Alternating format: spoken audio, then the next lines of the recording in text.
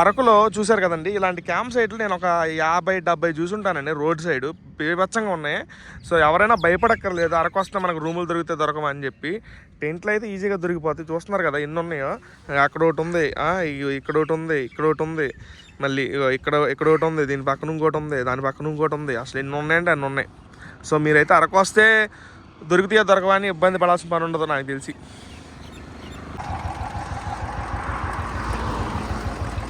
Camping at అరకంట బాగుంది. Just information అడుగుదాం అన్న. యూట్యూబ్ నుంచి వచ్చాము. అసలు మామూలుగా జనరల్గా టెంట్ ఎంత పర్ డేకి? అసలు అడుగుతున్నా ఇన్ జనరల్గా యూట్యూబ్లో పెట్టడానికి. టెంట్ ఇన్నరంతా 500కి ఇస్తున్నాము. ఈ రోజు నుంచి పెంచవచ్చు. ఓకే, శనివారం ఆదివారం పెంచుతారు. ఎంత 700 చేస్తారా? అంటే ఇప్పుడు ఈ రోజు నుంచి క్రిస్మస్ కదా, పెంచుతాం. ఎంత? 800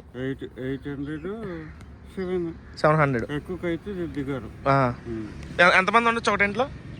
ఎంతమంది ఉండొచ్చు టెంట్లో? ముగ్గురికి 800 అంతే. చాలా రీజనబుల్లే. వాష్రూమ్స్ ఉన్నాయి ఎలాగో, మంచి వ్యూ ఉంది. సో ఫ్రెండ్స్, యాక్చువల్గా నేను రోజుల్లో ఈ టెంట్స్ అయితే 500 అంట, అదే రీజనబులే. కానీ ఏంటంటే వీకెండ్స్లో 800.